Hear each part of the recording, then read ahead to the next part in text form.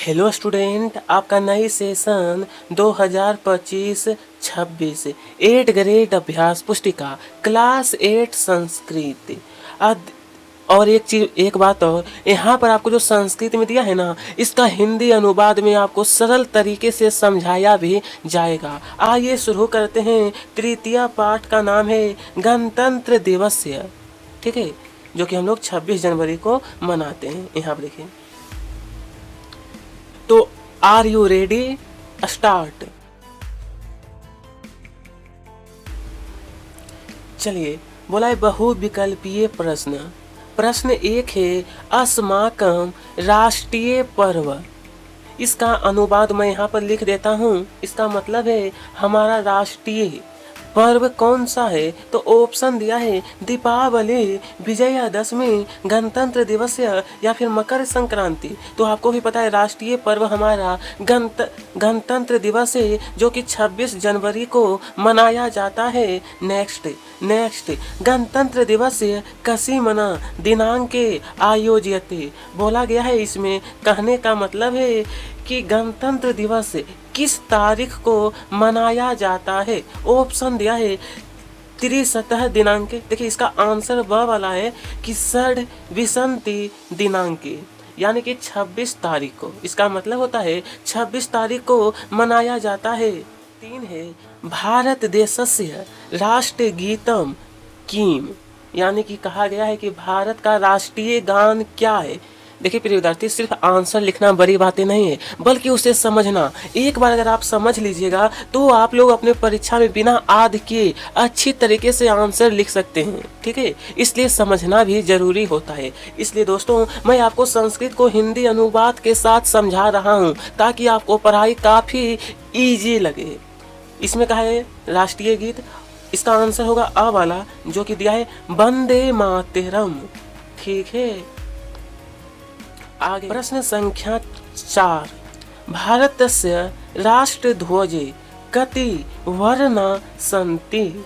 यानी इसमें कहा गया है भारत के राष्ट्रीय ध्वज में कितने रंग होते हैं, कितना रंग। तो ऑप्शन देखिए, द्वि का मतलब 2, त्रय का मतलब 3, चतवारी का मतलब 4, पंच का मतलब 5। तो आपको भी पता है कि हमारे जो झंडा है, तिरंगा है, उसमें 3 रंग होता है।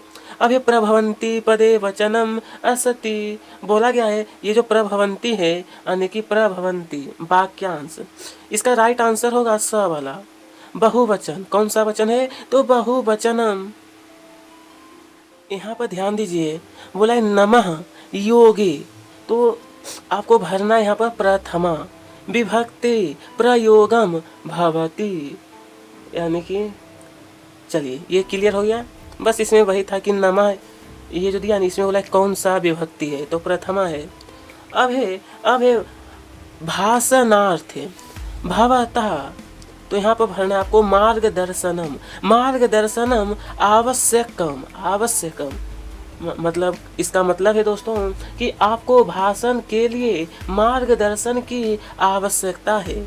इसका हिंदी अनुवाद मैं आपको समझा दिया हूँ।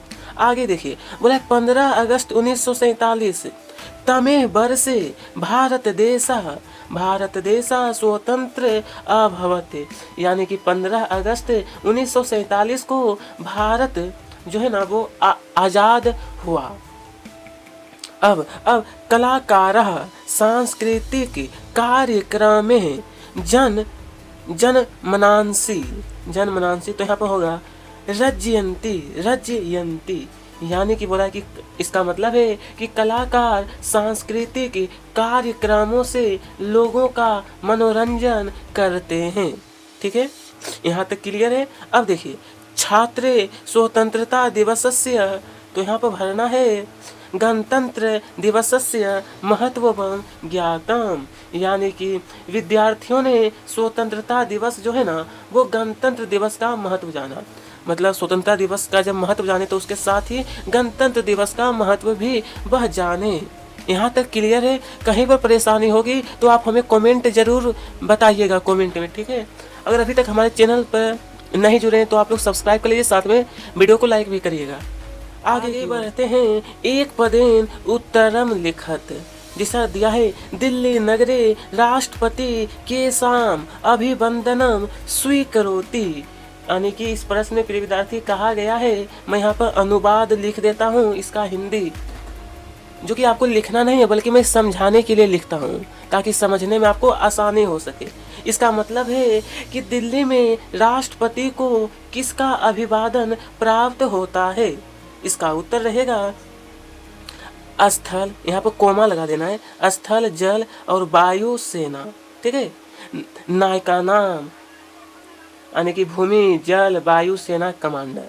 नायका नाम का मतलब होता है कमांडर, और ज़्यादा कुछ इसमें नहीं बल्कि यहाँ पर एक कोमा लगाना था। स्थल को अलग करना है, जल को अलग करना है।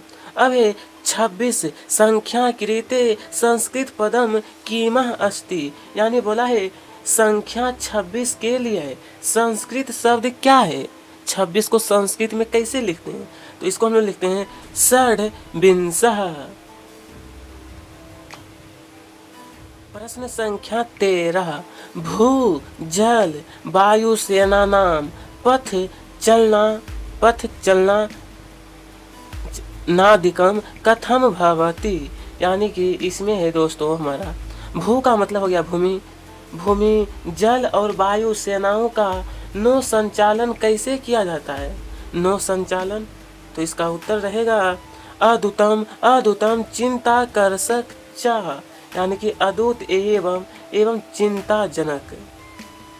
ठीक है, इसके बाद यहाँ पर ध्यान दीजिए राष्ट्रभक्ति लाहौर अधिवेशने किम किरीतम किया गया है कि लाहौर अधिवेशन में देशभक्तों ने क्या किया। इसका उत्तर रहेगा त्रिवर्ग ध्वजारोहण, यानी कि तिरंगा झंडा फहराए। ठीक है, का राष्ट्रीय पर्व भवती, यानी कि कहा गया है इसमें कि जनवरी में कौन सा राष्ट्रीय पर्व मनाया जाता है। कौन सा राष्ट्रीय पर्व है, तो आपको भी पता है कि जनवरी यानी ठंडी के मौसम में ना गणतंत्र दिवस इति राष्ट्रीय पर्व भवती। ठीक है, जनवरी के महीने में गणतंत्र दिवस। चलिए के सांस्कृतिक कार्यक्रम में जानपद नेत्र्य च मन मनांसी रंजयंती, यानी कि इस प्रश्न में कहा गया है इसका मतलब है कि सांस्कृतिक कार्यक्रमों और ग्रामीण नेत्रियों से लोगों का मनोरंजन कौन करता है। इसका उत्तर आपको नोट करना है विविधा। देखिए स्टूडेंट, अगर आपका प्रश्न संस्कृत में दिया है तो संस्कृत में ही उत्तर लिखना है। जो हिंदी में मैं आपको लिखता हूँ ना यहाँ पर, वो समझाने के लिए रहता है ताकि आपको पढ़ाई काफी आसान लगे। तो चलिए आपको उत्तर लिखना है विविध प्रांतेभ्य समागता कलाकारः सांस्कृतिक कार्यक्रम में जानपद नृत्य च मन मनांसी रंजयंती। इस प्रकार से आपको कंप्लीट करना है। यानी कि इसमें इसका मतलब मैं आपको हिंदी समझा देता हूँ कि विभिन्न प्रांतों से आए कलाकार सांस्कृतिक कार्यक्रमों और ग्रामीण नेत्रियों से लोगों का मनोरंजन करते हैं। यहाँ तक क्लियर है तो कमेंट में बताइए यस क्लियर है। प्रश्न संख्या 17 राज्यपालः केषु प्रातिनिध्यम वहन्ति, यानी कि इस प्रश्न में कहा गया है कि राज्यपाल किसका प्रतिनिधित्व करते हैं। कि राज्यपाल किसका प्रतिनिधित्व, इसका उत्तर होए बिल्कुल सरल कि राज्यपाल विभिन्न राज्येषु प्रातिनिध्यम वहन्ति, यानी कि वे विभिन्न राज्यों में प्रतिनिधित्व करते हैं, मतलब गवर्नर का प्रतिनिधित्व। ठीक है, आइए अस्माकं संविधानम कदा प्रावधानम अभवत्, यानी कि बोला गया है हमारा जो संविधान है वह कब लागू हुआ। तो आपको भी पता है हम लोग गणतंत्र दिवस किस लिए मनाते हैं, उसी दिन हमारा संविधान लागू हुआ था। अस्माकं संविधान 26 जनवरी 1950 तमे वर्ष प्रावधानम अभवत्, यानी हमारा जो संविधान है वह 26 जनवरी को लागू हुआ था। यहाँ तक क्लियर। देखिए प्रश्न संख्या 19 है, गणतंत्र दिवसस्य ऐतिहासिकम महत्व लिखत। यानी कि स्टूडेंट बोला है कि गणतंत्र दिवस का ऐतिहासिक महत्व लिखिए। आखिर इसका ऐतिहासिक महत्व क्या है? तो आपको ज़्यादा बड़ा नहीं लिखना, बहुत ही सरल और सही उत्तर बताऊंगा। लिखना कि 26 जनवरी 1950 तमे वर्षे अस्माकं संविधानम प्रावर्धम इति कारणतः प्रतिवर्ष अस्मिन् दिने समग्रे राष्ट्रव्यम गणतंत्र दिवसम आचरम। यानी कि बोला गया है, इसमें कहा गया है कि हमारा संविधान 26 जनवरी 1950 को लागू हुआ था। मैं इसको हिंदी में समझा देता हूँ। इसलिए हम एक राष्ट्र के रूप में हर साल इस दिन गणतंत्र दिवस मनाते हैं। यहाँ तक क्लियर। तो आगे की ओर बढ़ते हैं। अगर वीडियो पसंद आई तो लाइक करिएगा, साथ में सब्सक्राइब भी करिएगा, क्योंकि इसी तरीके से आपको मैं वीडियो प्रोवाइड करते रहता हूँ।